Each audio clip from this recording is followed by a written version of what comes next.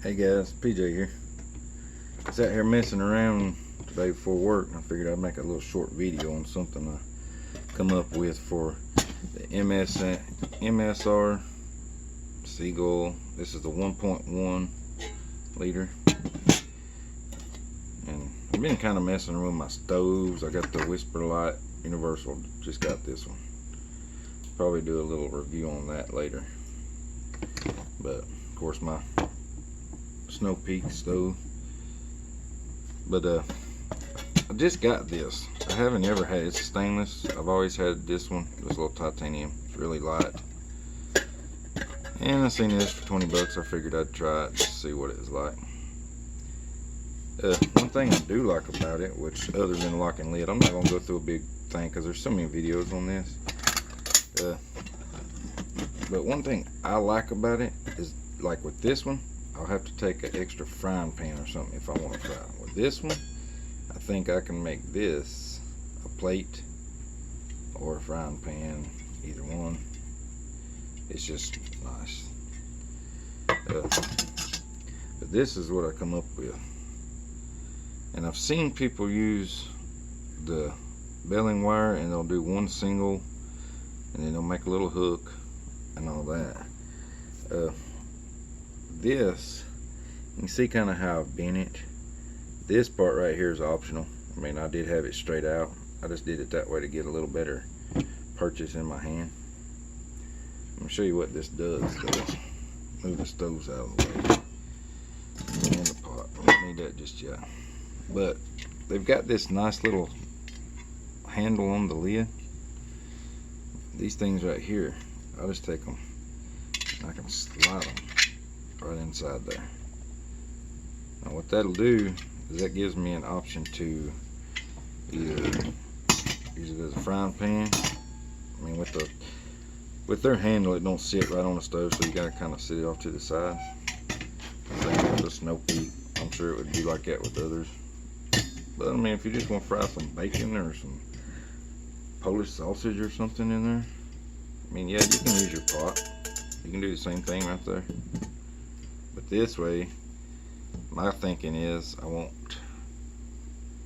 leave all that residue in there before I put, say, like my rice or something in there, and then have all the black stuff floating in it. This way I could just do it, throw it in there. But it does a couple of things. You can use it like that if you want to, as a frying pan.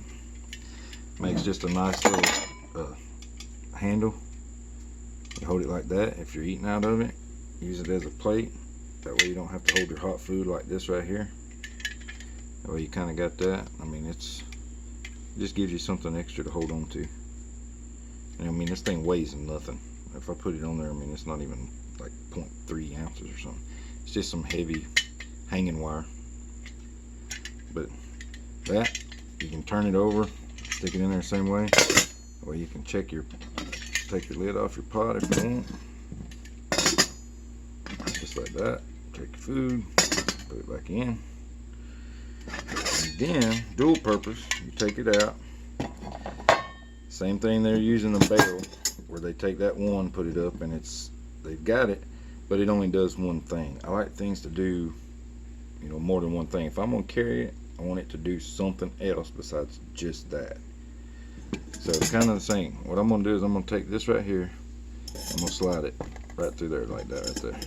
That way it's just kind of looped. Same thing I do on the lid with this little latch here. I don't know how good you can see that. I'm gonna go right down through it, just like that.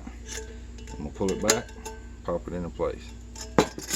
Now what I have is a bale. It works the same way all those other guys do. I mean, you can still put your lid on, you can take your lid off, put your lid on, take your lid off, just like that. And over a fire, I guess you could use a carabiner in this if you wanted to. My thinking is probably just get a stick and use it as a toggle, just slide it through there, and then just let the toggle hold it. I think that'd be probably the best way. I mean, if you wanted to, you could get you a stick. I don't know if you've seen what I just did. Like a forked stick, you know, with a limb on it, cut it off and make you, and then just sit that on it. And when you want to pick it up, you can actually just grab it by this, pick it up off the stick, stick it back on the stick. See what I'm saying? And take it off, same way. You just push that through, squeeze it together a little bit, pull that out, back to a pot. Now again, I can take it,